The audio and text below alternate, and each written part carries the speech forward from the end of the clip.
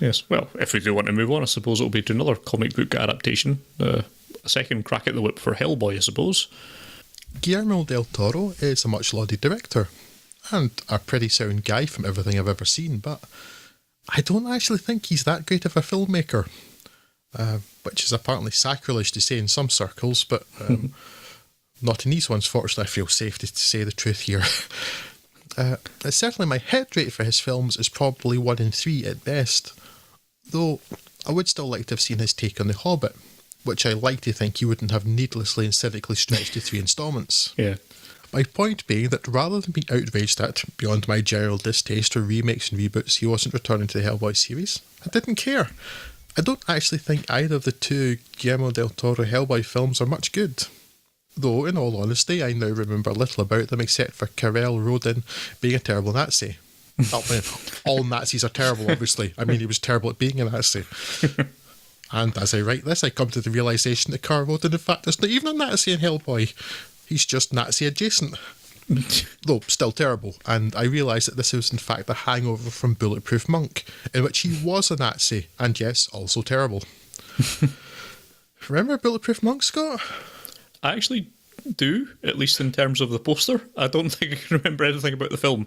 But yeah, another failed attempt to get Chow Yun Fats into the Western cinema. Yeah. And a weird co-star too, Sean William Scott.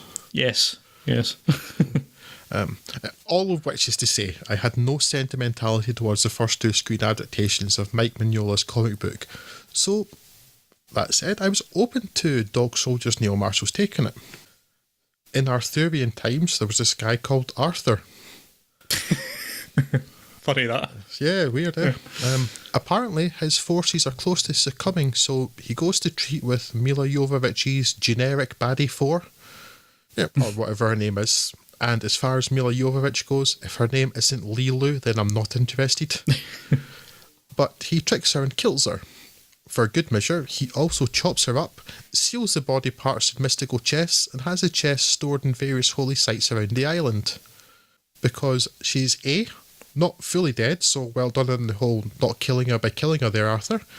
And B, is fully pissed. But has...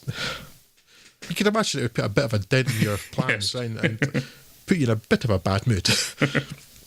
But she has to wait 1600 years until Wilbur the Pig's delinquent sibling, Stephen Graham, comes along to put her back together again.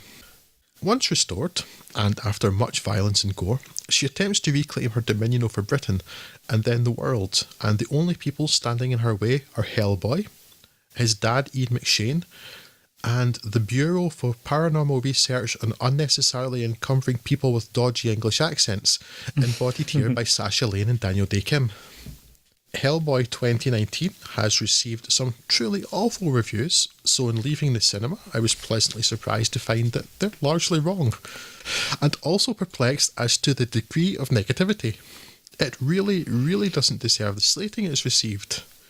It's not without its faults, far from it, but I quite enjoyed my time with it, and I certainly like it more than I did the Guillermo del Toro films. One thing I do remember enjoying from the original films was Ron Perlman's turn as the big red fella, and that is one area where the reboot is worse. Physically, David Harbour looks the part, with his crazy bodybuilding giving him the appropriate physique.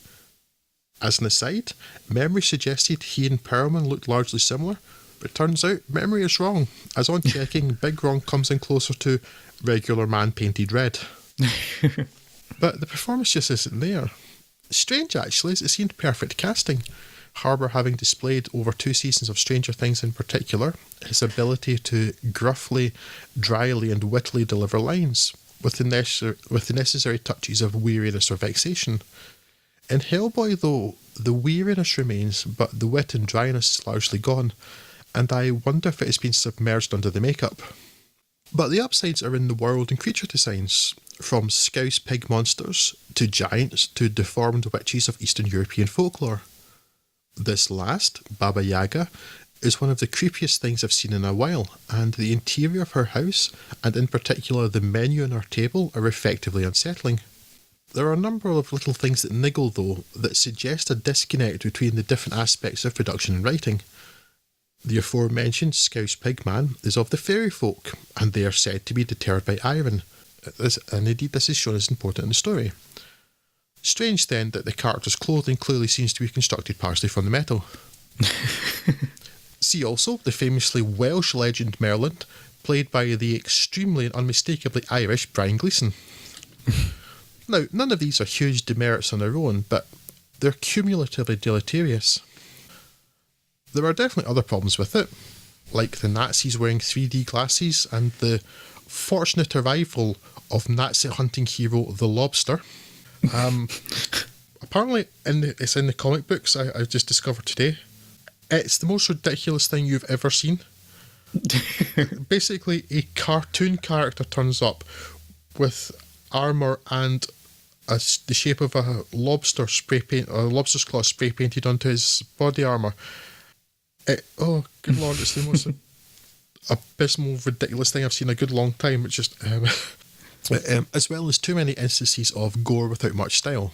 But all in all, I enjoyed it reasonably well, though very much more for the design and some of the set pieces than the story itself, which is very much of the meh variety. I'd quite like to have had the opportunity to see another film from these producers, but the terrible reviews and box office have presumably put paid to that, more's the pity. Anyway, it's hardly a masterpiece, but it has merit. Don't believe the anti-hype. I will pick this up at some point and give it a look. I think like myself, it's perhaps telling that you'll probably spend as much time when you start talking about this Hellboy, talking about the previous Hellboys by Del But yeah, I agree. I was not all that enamoured with those two. They were perfectly fine as far as I can tell, and it's got the usual Del Toro visual style and flair, which kind of worked, I think, for the most part. But yeah, I wasn't all that impressed with them, so it kind of dampened my enthusiasm for this, and the slew of negative reviews certainly put paid to any idea of going to see it. But it's heartening to see it's actually not so bad. I may actually give this one a look and see where it gets to. But yeah, it's an interesting concept for a film, at least, if nothing else. But yeah, it's kind of frustrating because I say there's some really good designs in it. I guess that the source of them is the comic books, because Del Toro stuff obviously has some good designs too.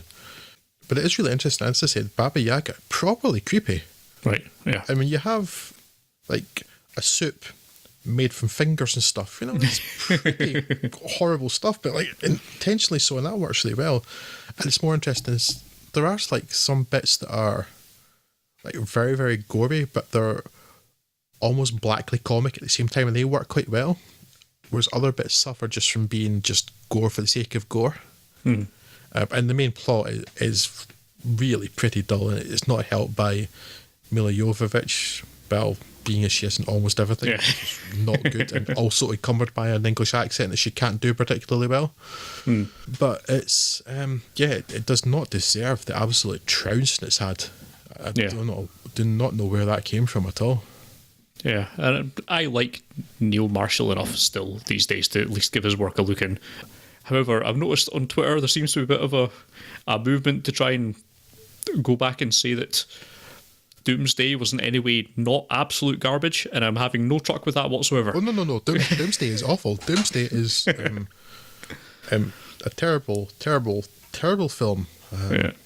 Yes, I can't get behind that at all. But yeah, he did direct one of the best episodes of Game of Thrones, and he did direct some of Constantine, which was one of the better TV series from the kind of comic book inspired DC University type things. So yeah, I'll give this a go at some point and report back if so inclined.